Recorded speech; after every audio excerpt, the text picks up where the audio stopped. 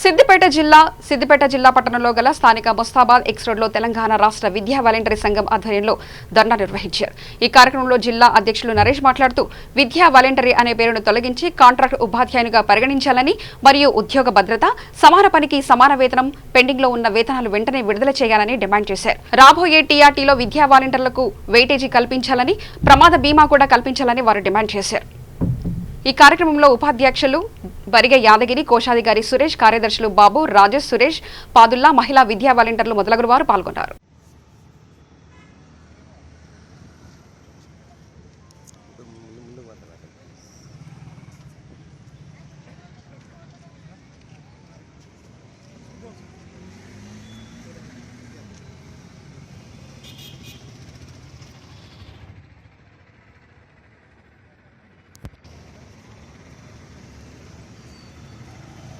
ఇష్టం ఉంచు నిషత్తం ఇంకా జీతం ఇయ్యం అని మాట్లాడారు. అరగొకసారి చాలా సీరియస్ అయ్యి మీరు ఒక లెక్చరర్గా వచ్చినారు. మీరు మొత్తం విద్యను ప్రభుత్వం నిర్వహించాల్సింది పోయి ఎట్లా మూసేస్తారండి? మీరు చాలా సీరియస్గా ఉద్యమం చేయాల్సి వస్తుందని చెప్పేసి హెచ్చరిస్తే ఆ సంవత్సరము 30,000 పోస్టులు రద్దు అయ్యి 2,500 స్కూళ్ళు రద్దు అంటే ఆగినాయి. మొన్న మధ్య కూడా మళ్ళీ స్టార్ట్ చేసారు. ఇప్పుడు ఆల్రెడీ ఇది అందరూ తెలిసి ఉంటుంది. యూపీఎస్లో ఉన్న ఆ 2-3 పిల్లని పక్క హై స్కూల్కి షిఫ్ట్ చేసేసి టీచర్లను మాత్రం ఇంకా ఏమని లేదు. వీలైతే టీచర్ డిక్టేషన్ పెట్టుకోండి.